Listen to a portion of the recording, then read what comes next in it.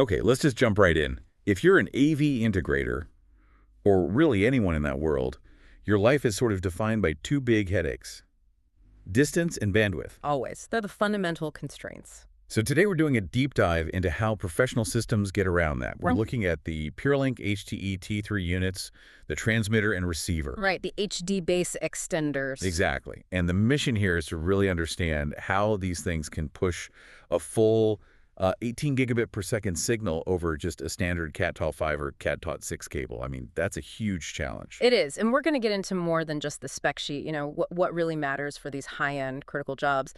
The foundation for this whole system is its compliance. Okay. We're talking full HDMI 2.0A, HDCP 2.2 support, and like you said, that massive 18 gigabit bandwidth. That's the full 600 megahertz single link capacity. And there's one other compliance piece that's really important here. Oh, yeah, the big one.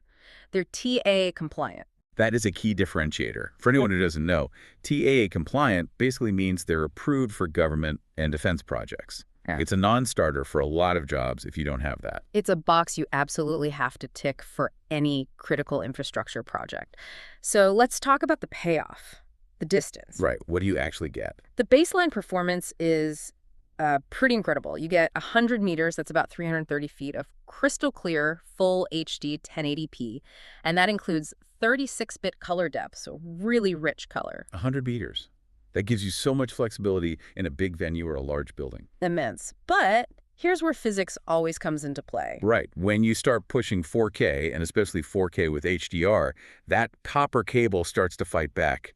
You have to take a hit on the range. You do. The range compresses to about 70 meters, so around 230 feet, for that true 4K HDR content.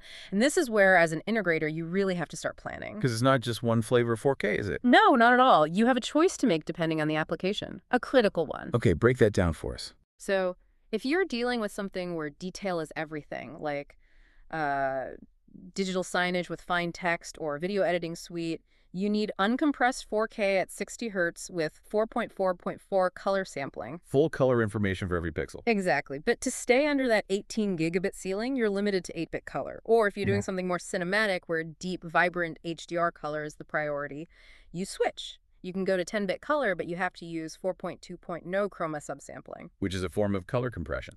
It is, and you have to manage that expectation. You probably wouldn't want to show a detailed spreadsheet using 4.2.0. You might see some artifacts. It's a trade-off. And what about lag? In a control room or for live broadcast, latency is a killer. It is. And here it's minimal. We're talking less than 20 milliseconds. And the audio is completely lossless, uncompressed 7.1 channel, your DTS HD, master audio, Dolby True HD, all of it. Okay, so you've got the signal integrity handled, but powering these things over that kind of distance must be its own challenge. It would be, but that's where PUC, or power over cable, comes in. This is one of those features that just makes life so much easier. It's a game changer for installation. You only need one power supply. Just one. And you can plug it into either the transmitter or the receiver. So you don't need to get an electrician to run an outlet at the display end, which might be, mounted on a ceiling 300 feet away. Exactly. The same CAT cable that carries the video, audio, and control also carries the power.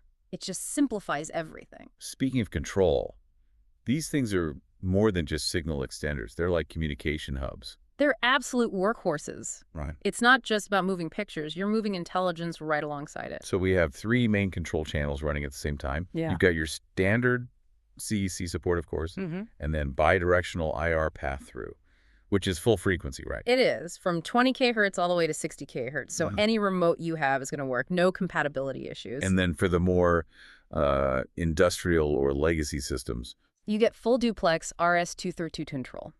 And it's fast up to 115,200 bits per second. Full duplex is key there. It means you can send and receive commands at the same time. So you get instant feedback. Instant feedback. Plus, they even squeezed in a separate port for a LAN or network device, so you're maximizing every bit of utility from that single cable run. And the build quality itself, for critical infrastructure, this stuff needs to last. Absolutely. They're in metal enclosures, so they're tough. But internally, they use a 6-layer PCB stack-up with impedance control. Okay, that sounds technical. Why is a 6-layer board important? It's all about fighting signal degradation. It helps manage impedance and prevent jitter, which is the absolute enemy of a high-speed signal trying to travel 70 or 100 meters. It's a design choice for long-term reliability. Speaking of reliability, the spec sheet gives a number for that, the MTBF. Right. Mean time between failures. It's rated at 50,000 hours. So to wrap this up, what this really means for you, the person designing a system, is that the PureLink HTE-T III is, well, it's an incredibly robust solution. It handles the high bandwidth, it maximizes the distance you can get out of copper, and it has all the professional control and compliance features you'd need. It really bridges that gap between the insane demands of 4K signals and the, real-world practicalities of wiring. Okay, so let's end with a thought on that MTBF number, 50,000 hours. Yeah, so if you do the math, 50,000 hours comes out to about 5.7 years of continuous 24/7 operation. So here's the question I want to leave you with. Is a number like that something an integrator actually plans for? Do they build proactive maintenance or replacement into a budget based on that? Or is it really just a compliance marker, a checkbox for a big purchasing department to say, yep, it's reliable enough? Something to think about when you're designing your next truly mission-critical system.